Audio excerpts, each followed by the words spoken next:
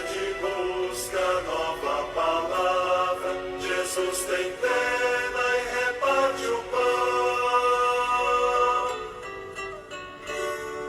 O pão da vida, comunhão. Bom dia para todo mundo. Iniciamos mais uma semana, essa terceira semana, o tempo da Páscoa, que nos coloca sempre nessa perspectiva da liturgia, que nos ajuda a aprofundar o mistério pascal e, sobretudo, nesses dois sacramentos basilares da nossa fé cristã católica, o batismo, como nós vimos e meditamos na semana passada, e a Eucaristia, que dedicaremos a partir da leitura do capítulo 6 de São João durante esses dias desta semana. Iniciamos em nome do Pai, do Filho e do Espírito Santo. Amém. Ó Deus, vós que mostrais a luz da verdade aos que erram, para que possam voltar ao bom caminho, concedei a todos os que se gloriam da vocação cristã, que rejeitem o que se opõe a este nome e abracem quanto possam honrá-lo. Por nosso Senhor Jesus Cristo, vosso Filho, na unidade do Espírito Santo. Amém. Então, hoje, para a nossa meditação, o Evangelho de João, capítulo 6, do versículo 22 ao versículo 29. E o texto que nós temos na liturgia, na proclamação da palavra, antes de ouvirmos a narração bíblica, a liturgia nos faz uma recordação, uma pequena introdução que está no texto litúrgico, quando se diz que depois que Jesus saciara os 5.000 homens, seus discípulos o viram andando sobre o mar. Então, é uma retomada daquilo que já foi falado nos dias passados e que compõe a primeira parte do capítulo 6 do Evangelho de São João, isto é, a multiplicação dos pães e dos peixes e Jesus que caminha sobre as águas. Portanto, o episódio de hoje, ele serve de ponte entre essa primeira parte do capítulo 6, que tem como núcleo fundamental o sinal da multiplicação dos pães e dos peixes, e o outro lado, que liga essa ponte, o episódio de hoje, é o grande discurso de Jesus sobre o pão da vida. Isto é, o discurso eucarístico, o discurso de revelação, onde Jesus, retomando o aspecto da Páscoa antiga, anuncia a nova e definitiva Páscoa, que não é mais comer um cordeiro imolado, mas se alimentar do seu corpo e sangue, porque é ele, o Cordeiro de Deus, que tira o pecado do mundo. Então, no episódio de hoje, que nós estamos dizendo que é uma ponte, uma ligação entre a primeira parte e agora o discurso do pão da vida, que vamos ver a partir de amanhã, então há uma certa tensão. E qual é a tensão? É a falta de compreensão daquilo que Jesus realizou. Quando a multidão está procurando Jesus, Jesus vê naturalmente que o interesse, a motivação ainda é muito superficial.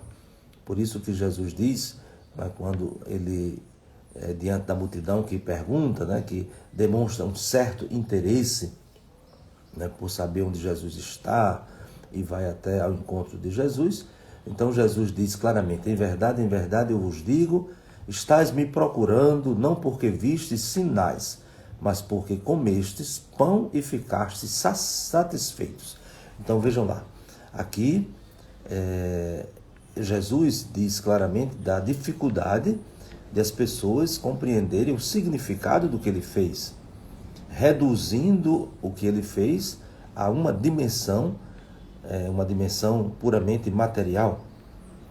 Quando Jesus multiplicou os pães e os peixes, Jesus não estava apenas resolvendo pontualmente uma necessidade, mesmo que importante, da fome daquelas pessoas, mas Jesus estava revelando quem ele é, e portanto ele é o alimento que não perece.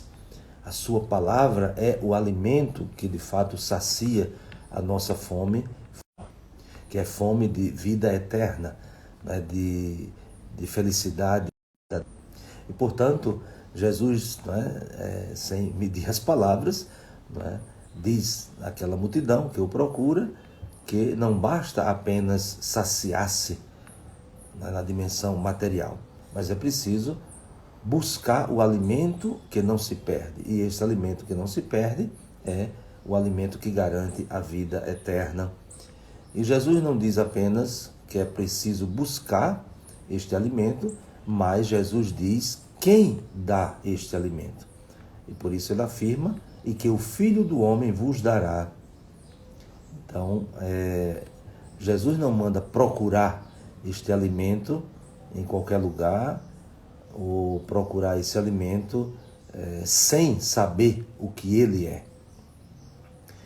Muitas vezes a nossa vida, nós temos essa dificuldade, né, de perceber qual é o alimento que de fato nos sacia e até mesmo onde achar este alimento. Jesus não diz isso, Jesus não diz, vão procurar. É interessante que até mesmo quando, na ocasião da multiplicação dos pães, e a gente poderia fazer um pouco o paralelo, tanto da narração de João, né, que é o texto em tela, como as narrações dos sinóticos, né, há essa tensão. Jesus diz que o povo está com fome, né, que o povo está abatido, e aí os discípulos também dizem, então manda o povo ir embora, manda que eles vão procurar, já está ficando tarde, então que eles se virem, né, como a gente diria. Jesus não faz isso, né? Jesus não diz, se virem, vão procurar o pão. Mas Jesus diz, dá-lhes vós mesmos de comer. Então, vejam que aqui nós temos também essa preocupação de Jesus, diante daquela fome, né, mais fundamental do ser humano, que não se reduz, nem se restringe a um aspecto puramente material, mesmo sem desconsiderá-lo. Mas Jesus não diz, né, vão procurar, mas Jesus diz, o Filho do Homem vos dará. Então, isso é a diferença muito grande entre uma constatação e um compromisso. Muitas vezes nós fazemos constatações de necessidades, constatações de privações e assim por diante, mas não assumimos o compromisso, né, de superar essas dificuldades. Enquanto que Jesus, ele é consequente nas palavras que ele diz, procurem o alimento que não perece, e eu vos darei este alimento que não perece. Mas ele não impõe, né? Ele não joga sobre nós este alimento, ele nos oferece. E para que nós acolhamos este alimento que não perece, então é aquilo que ele vai dizer quando as pessoas perguntam, então o que devemos fazer para realizar as obras de Deus? Então Jesus vai dizer, a obra de Deus é que acrediteis naquele que ele enviou. Então é a atitude de fé, o acolhimento de fé desse alimento. E como é que Jesus nos alimenta? Claro que a Eucaristia, a sua presença real, né, quando nós celebramos a missa, então nós temos ali uma mesa farta, abundante. E esta mesa abundante, onde nós nos alimentamos dessa presença do Senhor, é enriquecida, né, com a palavra de Deus. A palavra de Deus é o alimento. Iniciamos a Eucaristia justamente nos alimentando desta palavra, este pão, né, que nos chega através da proclamação da palavra de Deus, e esta mesa, como dizíamos, muito abundante, que também é a mesa eucarística, quando nós nos alimentamos aparentemente de tão pouco, né? Um pequeno pão, um pequeno pedaço de pão, uma partícula de pão, mas ali contido tudo o que nós precisamos, isto é, a presença de Deus.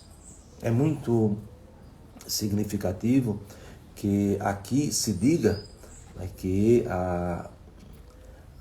Jesus, né, ele se apresenta como o pão da vida, mas o pão da vida como uma bênção, como uma fonte de bênçãos. Não podemos também reduzir, né, restringir, porque até mesmo quando se diz aqui no versículo 23 que as barcas, né, tinham chegado ali no lugar onde tinham comido o pão depois de o Senhor ter dado graças. Então até mesmo aquele pão material, ele foi abençoado. e, portanto, se foi abençoado, então ele representa mais do que simplesmente o seu aspecto material. Então, que de fato nós cresçamos nesta fé do acolhimento da palavra de Deus para sermos alimentados, né? É a fé que abre, poderíamos assim dizer, a nossa boca, nosso coração, para que este alimento ele chegue até nós. Então, é a fé que nos dispõe para irmos a esta mesa onde abundantemente nós somos alimentados e somos nutridos. Então, que de fato a nossa fé na Eucaristia, o nosso amor à Eucaristia, não se reduza simplesmente a pensar a Eucaristia como um rito. O rito nos ajuda a sintonizar com esse mistério mais profundo, que é a entrega de Jesus, é a sua morte e a sua ressurreição, e essa disponibilidade de ser para nós o alimento que não perece, o alimento que nos garante a vida e a vida em plenitude. Então, que desça sobre vós a bênção de Deus Todo-Poderoso, Pai e Filho e Espírito Santo. Amém. Um bom dia para todos e até amanhã, se Deus quiser.